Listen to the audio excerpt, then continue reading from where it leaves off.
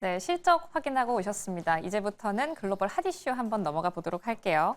미증시를 둘러싼 이슈 오늘은 이분과 짚어보겠습니다. LS증권 경영전략본부 신종우 본부장 오셨습니다. 어서 오세요. 네, 안녕하세요. 네, 반갑습니다. 오늘도 또 미증시를 흔들 수 있는 이슈 세 가지. 첫 번째 이슈 열어보도록 하겠습니다. 먼저 캘리포니아 주지사와 트럼프 대통령이 최근 갈등을 겪고 있다. 최근에도 캘리포니아가 소송을 제기하기도 했잖아요. 네. 이 상호 관세는 불법이다. 이게 핵심인 소송이었는데 역시나 좀 미국 내 분위기가 심상치 않아 보여요. 어떤 식으로 소송이 좀 흘러가게 될까요? 일단 그 캘리포니아가 갖고 있는 입지적인 측면, 뭐 일단 실리콘밸리 다들 잘 아실 거고, 뭐 네. M7이라든지 IT 기업들이 상당히 최근에 물가가 좀 폭락했지 않습니까? 네. 그런 부분들이 있고, 그다음 농산물까지 같이 이제 소위 말하는 생산지이다 보니까 글로벌 GDP로 보면 뭐 거의 5위권 안에 드는 상당히 큰 이제 주죠. 문제는 뭐냐면 뭐 당연하게도 사실은 이제 그 주의 일자리라든지 네. 여러 가지 이제 어떤 표심이 당연히 트럼프에 대한 어떤 인식이 좋지는 않을 수밖에 없는 건 맞잖아요. 네. 근데 핵심은 뭐냐면 최근에 1년의 트럼프 대통령의 액션들이 기반이 뭐에 있었냐면 뭐 국가 비상사태를 선포했는데 그 기반의 법이 우리가 흔히 알고 있는 IEEPA라는 네. 법안입니다. 우리가 뭐 그 법안까지 알 필요는 없지만 그런 국가 비상사태의 어떤 그 근거가 되는 이 법안을 행사하려면 네. 의회하고 협의를 해야 된다라는 전제 조건이 있다라고 하더라고요. 그러니까 그런 의회와 협의가 있었냐라는 측면을 이제 파고드는 거죠. 그러니까 실제로 트럼프 대통령을 흔들기보다는 이런 관세 정책에 어떠한 이 과격함이나 지금 안 그래도 미국의 경기 침체의 리스크가 커진 상황에서 네.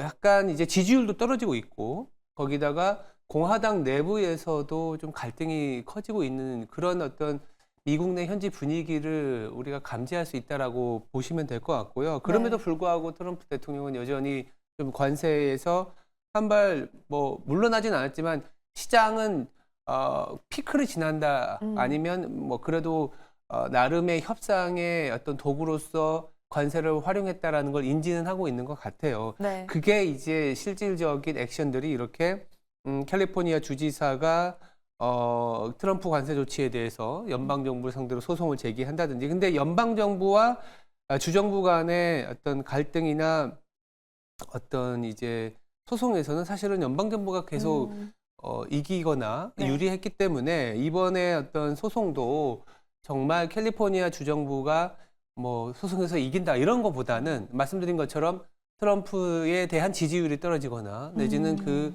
어떤 법률 요건을 정확하게 구축했냐라는 까딱 잘못하면 우리나라에서 보여주잖아요. 탄핵 이슈까지도 갈 수 있는 거기 때문에 네.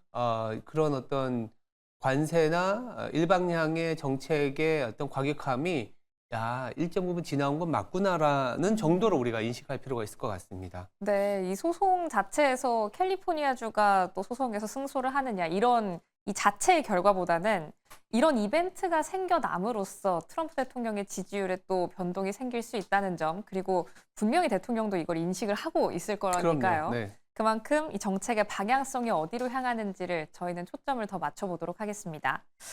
그럼 미국 안에서의 흐름을 확인해 봤다면 미국과 중국도 확인을 안 해볼 수가 없잖아요. 네.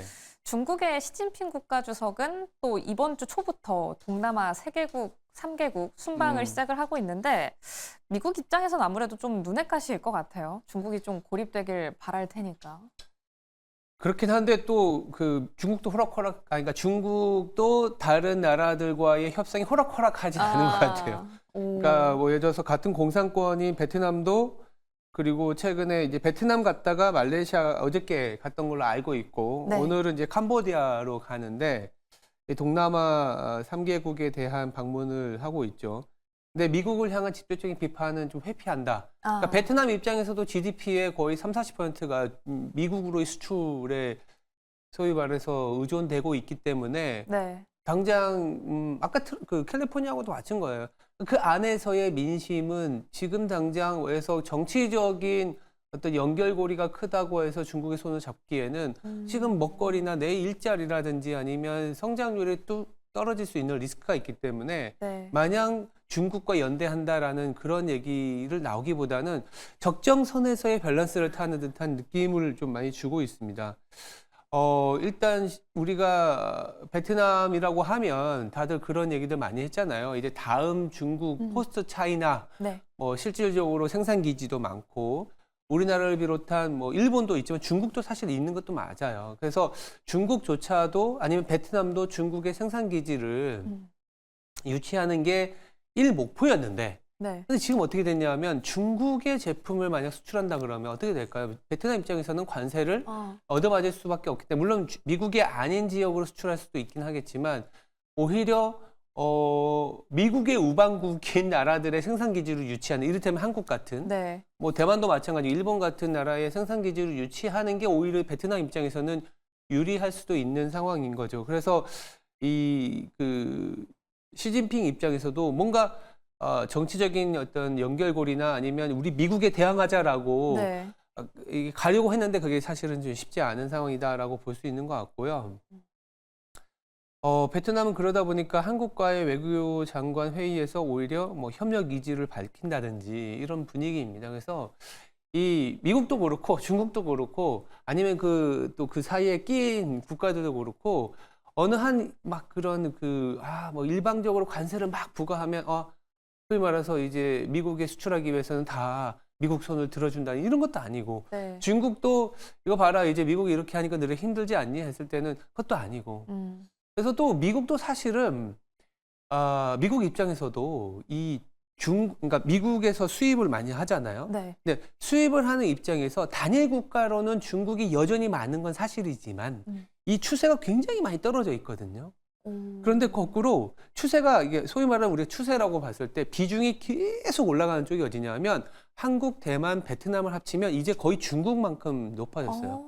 그러니까 미국 입장에서 중국을 대체하는 어떤 그 지역으로서 이 베트남과 한국과 대만이 네. 필요한 거죠. 잘 이용해야 되는 소위 말하는 레버리지 효과, 지렛대 효과를 볼 수 있는 지역이라는 점에서는 어느 한쪽으로 기울어지지 않는 쪽에 어떤 결과가 나온다면 네. 이 또한 사실은 뭐 평화지대가 아니고 뭐라고 해야 될까요? 이 적정선으로 둘 간에 미국과 중국이 적정선으로 어느 한 지점에서는 만나야 된다. 그래서 최근에 중국에서도 어떤 얘기들이 나오냐면 조금씩은 예를 들어서 뭐 짤들도 돌아다니는데 네. 트럼프 입장에서는 왜 시진핑 주석이 전화 안 하지? 기다리긴 하지만 근데 이제 조건들을 내걸었는데 여러 가지 조건이 있지만 사실은 원차이나를 인정해라라는 거거든요. 대만에 대해서 그러니까, 좀 더. 그러니까 미국 입장에서는 하나의 중국이다라는 걸 인정만 하면 중국은 언제든지 열려 있다. 열려 있다는데 그 가게까지의 접점이 사실은 조금은 필요하다. 근데 시간이 필요한데 조금씩은 좀 다가선다고 해야 될까요? 그런 느낌 좀 있습니다. 네. 네. 대만에 대한 문제도 함께 이 협상의 조건처럼 거론이 되고 있다라는 점도 함께 짚겠습니다. 말씀해 주신 것처럼 한국과 대만, 베트남을 합친 이 수출 비중이 중국이랑 좀 맞먹기 비슷합니다. 때문에 그러니까 네. 미국에서 수입하는 비중, 수입하는 수출이라고 비중이. 하면 좀 다르고 미국에서 각 나라별로 수입을 하잖아요. 네. 그럼 100으로 따졌을 때 제가 정확하게 기억이 잘 안 나긴 하면 아마 17에서 18% 가까이가 중국에서 아마 수입을 하는 거고 거의 비슷하게 미국이 베트남 그리고 대만, 한국에서 합치면은 거의 중국하고 비슷하다. 근데 더 중요한 거는 중국으로의 수입은 쭉 떨어지는데 그 세 국가를 합친 비중은 쭉 올라가고 있다는 게 중요한 거죠. 네. 이런 추세적인 부분도 중국 입장에서 신경을 쓸 수밖에 없을 것 같아요. 그럼요. 중국 입장에서는 마냥 뭐 때리기만 한다면 아니 미국 입장에서도 만약에 여기서 베트남이나 한국과 대만이 돌아설 가능성 뭐 여러 가지 그 안보적인 측면 때문에 없긴 하겠습니다만 이 나라들이 생산 기지가 무너진다 그러면 사실은 미국 입장에서는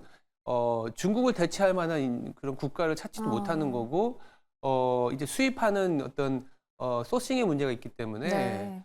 물가는 더 급등할 거고 음. 성장률은 더 하락할 수밖에 없는 리스크가 있는 거죠. 네, 중국과 미국의 관계도 짚어봤는데 이제 일본과의 관세 협상을 마치고 우리나라와의 협상도 앞두고 있으니까요. 우리와의 협상은 또 어떻게 진행되는지도 함께 팔로우 해보면 좋을 것 같습니다. 마지막 이슈 또 한번 짚어볼게요. 미국과 이란이 2차 핵 협상을 앞두고 있습니다. 또 최근에 이스라엘이 이란에 있는 핵 시설을 공격하겠다라는 계획을 세웠는데 트럼프 대통령이 이걸 좀 그만해라라고 말렸다고 하더라고요. 그만큼 이 핵 협상도 좀 주목이 되고 있는데 어떤 식으로 좀 흘러가게 될까요? 가만히 보면 트럼프 대통령이 당선되기 전에 글로벌 뉴스를 장악했던 거는 중동의 뉴스들인데 최근에는 관세 때문에 그런지 중동 쪽 뉴스가 잘 안 나옵니다. 네. 그만큼 그 세계 경제를 흔들 만한 뉴스가 없다. 그러니까 물론 어떤 전쟁이라는 어떤 당연히 끝내야 되는 부분은 맞지만 유가가 일단 낮잖아요. 네. 유가가 중동 했을 때 우리가 굉장히 걱정하는 거는 유가가 폭등을 하게 되면 여러 가지 지정학적 리스크로 인해서 유가가 급등을 하게 되면 뭐 유럽도 힘들고 우리나라도 힘들고 미국도 힘들다라는 것을 알고 있기 때문에 다들 눈여겨서 보는 거거든요. 네. 뭐 너무나 당연해요. 생명이 중요하지만 당장 내가 힘들어지는 거에 집중을 할 수밖에 없는데 네. 이제 뭐 여러 가지 이슈가 있다 하더라도 유가가 낮기 때문에 관심들이 많지가 않아요. 이란의 핵 협상도 그런 측면이기 때문에 지금은 조금은 수면 아래에 있지만 또 한편으로는 꼭 약간 또 재밌는 거는 유가가 너무 낮아서 네. 천연가스와 연결되는 고리가 약해지는 거에 트럼프는 좀 고민이 있는 거예요. 왜냐하면 유가 레벨이 너무 낮으면 천연가스 증산을 하기가 어렵잖아요. 네. 왜냐하면 에너지의 소싱이 유가가 싼데 이렇게 될 수 있기 때문에. 근데 이제 트럼프 행정부가 지금 본격적으로 투자하고 있는 쪽이 LNG 터미널입니다. 네. 네, 그렇잖아요. 네. LNG를 수출하는 게 아까 방금 말씀하신 것처럼 한국 입장에서 지렛대, 관세를 협상하기 위한 지렛대로 조선과 LNG 수입이 네. 있지 않습니까? 우리는 이제 조선을 배를 팔고 뭐 이런 부분들인데 LNG를 수입해주는 국가들을 트럼프는 되게 좋아할 거란 말이죠. 네. 근데 천연가스가 너무 싸지면은 수출하는 단가가 떨어지니까 그 어떤 적정선으로도 아마 이 유가의 어떤 하방 압력을 좀 뭐랄까 가져가려고 그러니까 빠지는 게 아니라 경직성을 가져가려는 게 트럼프 대통령인데 네. 당장은 뭐 이렇게 큰 이슈는 아닐 수는 있을 것 같긴 합니다. 큰 이슈는 아닌데 LNG와 관련된 뉴스를 좀 쳐다봐야 하는 측면에서 가져온 거기 때문에 좀 그런 측면에서 바라볼 필요는 있다. 이렇게 네. 보시면 될 것 같습니다. 아무래도 이 LNG라는 키워드를 계속해서 강조하는 트럼프 대통령이다 보니 유가의 흐름 자체도 정책 향에 발맞춰서 함께 이해를 해봐야 할 필요가 있는 것 같습니다. 흐름 함께 짚어봤고요. 그럼 이제 연결해서 우리 국내 증시 힌트 한번 바로 찾아볼까요? 개장 전에 또 이번 주 마지막 거래를 앞두고 어떤 생각을 해봐야 할까요? 일단 오늘 밤에 미국은 또 부활절 휴가로 쉬고 있기 때문에 네. 뭐 당연히 우리도 관망세가 있을 수 있어요. 주말 동안에 어떤 일이 일어날지 모른다라는 리스크. 네. 그리고 왜냐하면 트럼프 대통령은 미국장 쉬는 거 알고 있거든요. 네. 그러면 X를 뭐 트위터 아니면 저기 여러 가지 SNS를 통해서 상당히 험한 말을 할 수가 있습니다. 그런 부분들이 리스크라는 거죠. 저는. 그러니까 미국장이 쉰다라는 자체가 리스크가 왜 리스크냐면 트럼프 대통령이 너무 막말을 하면서 우리가 쉬니까. 네, 주말 동안에 상당히 많은 뉴스들이 나올 거라는 그런 부담이 있다라는 네. 거를 조금은 인지를 해야 되고 그럼에도 불구하고 한국 증시는 보면 저번에도 와서 말씀드렸지만 너무 싸져 있었기 때문에 상대적으로 이밸류에이션은 주가를 팔기에는 너무 낮다라는 인식이 많아요. 그러니까 하물며 삼성전자만 하더라도 6개월째 지금 계속 옆으로 기고 있는 상황이라고 보시면 될 것 같은데 그러니까 삼성전자 주가로 보면 우리나라 주가인 것 같아요. 그러니까 그 삼성전자가 이렇게 옆으로 기니까 소위 말하는 그냥 종목장이 계속 일어나는 거죠. 네. 그러니까 이렇게 우하향했으면은 좀 힘들었을 텐데 그렇다고 또 삼성전자가 너무 위로 올라가면 종목들이 안 돼요. 그래서 근데 삼성전자는 여전히 엔비디아나 이런 반도체에 대한 리스크들이 여전히 살아 있기 때문에 위도 아닌 하방은 이제 너무 쌓여있고 올라가기엔 좀 그렇고 네. 이런 스타일이라고 보시면 될 것 같고 여러 가지 리스크들이 있긴 하지만 피크를 지나왔다라고 치면 여전히 종목 장세로 돌아가는 장이라고 볼 수 있는데 뭐 내부적인 이벤트는 우리가 이제 추경이 다음 주에 국회에 좀 제출이 예상이 돼 있는데 사실 쉽지 않은 게 우리가 내수를 기대하기는 좀 어려울 수는 있을 것 같아요. 네. 다만 이제 추경이 통과되면 아니면 추경에 대한 기대가 있다면 한국 시장의 성장률이 그래도 이거보다 나을 거다. 성장률이 낮다라는 거는 달러 대비 원화가 좀 강해질 수 있다. 그래서 원화가 일정 부분 단기적으로 강해질 수 있는 부분에 수혜를 입을 수 있는 뭐 외화 차입이 많은 기업들이라든지 네. 아니면 일정 부분 내수가 조금은 살아날 수 있다는 기대. 요 정도가 오늘 뭐 아니면 다음 주 초반에 시장을 조금 가늠하는 가늠자가 되지 않을까 이렇게 네. 보고 있습니다. 네, 추경에 대한 기대감 저희도 함께 가져가 보도록 하겠습니다. 이렇게 국내 증시까지 함께 힌트를 찾아봤고요. 오늘 도움 말씀은 여기까지 듣도록 할게요. 지금까지 LS증권 경영전략본부 신종호 본부장과 함께했습니다. 고맙습니다.